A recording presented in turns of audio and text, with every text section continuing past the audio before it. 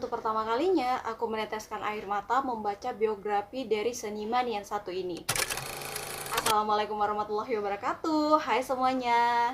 Lukisan yang aku bahas kali ini adalah sebuah lukisan yang dilukis oleh seorang pelukis terkenal di abad 19 dan abad 20.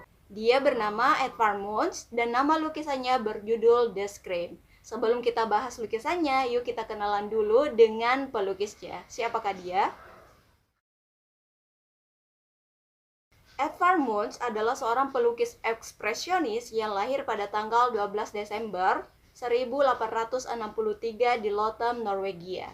Dia adalah anak kedua dari 5 bersaudara dan dia lahir di tengah keluarga menengah yang memiliki kesehatan yang buruk. Di tahun 1864, dia dan keluarganya memilih pindah ke Oslo dan 4 tahun kemudian ibunya meninggal dunia karena menderita tuberkulosis. Di saat itu, Munch masih berumur 5 tahun. Dan itu adalah tragedi pertama dan juga awal di keluarganya. Setelah ibunya meninggal dunia, beberapa tahun kemudian, kakak perempuan dari Munch itu yang bernama Sophie meninggal dunia juga karena tuberkulosis. Saat itu, Munch masih berumur 14 tahun. Tidak hanya itu, ketika Munch berumur 25 tahun, ayahnya juga meninggal dunia.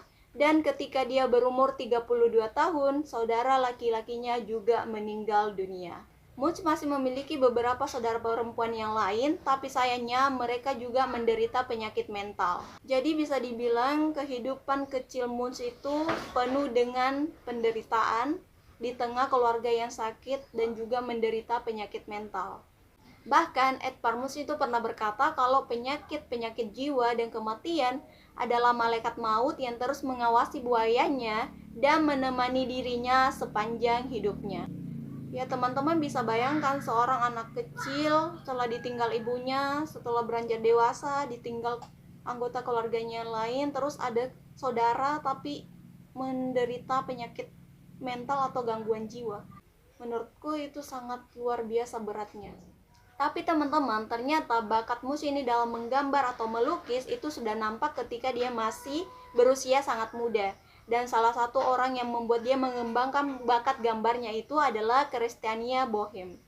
Tapi tahukah kalian ternyata si Munch ini awalnya tidak mengetahui apa yang dia sukai. Karena di tahun 1879 dia itu mendaftarkan dirinya di sekolah engineering untuk belajar engineering lah pastinya. Tapi setahun kemudian dia keluar dari sekolah tersebut karena dia tahu kalau ternyata dirinya lebih menyukai seni ketimbang mau belajar engineering. Nah, begitu dia tahu, dia sadar kalau dia suka seni, akhirnya di tahun 1881 dia mendaftarkan dirinya sebagai pelajar di Royal School of Art and Design. Dan tahun berikutnya dia tuh bersama dengan 6 seniman yang lain menyewa sebuah studio dan akhirnya dia memasuki pertunjukan pertamanya di pameran Industry and Art. Nah, itulah tadi cerita sedikit tentang si Edvard Munch ini. Nah, sekarang kita masuk ke karya yang paling fenomenal dan terbaik di dunia, yaitu The Scream. Lukisan The Scream atau biasa dikenal dengan The Cry adalah lukisan Munch yang dia lukis pada tahun 1893, di mana lukisan tersebut terinspirasi saat dia dan temannya tengah berjalan pada tanggal 22 Januari 1882. Wow. Jadi bisa dibilang waktu dia terinspirasi itu dia tidak langsung melukis, melainkan beberapa tahun kemudian baru dia teringat dengan hal tersebut.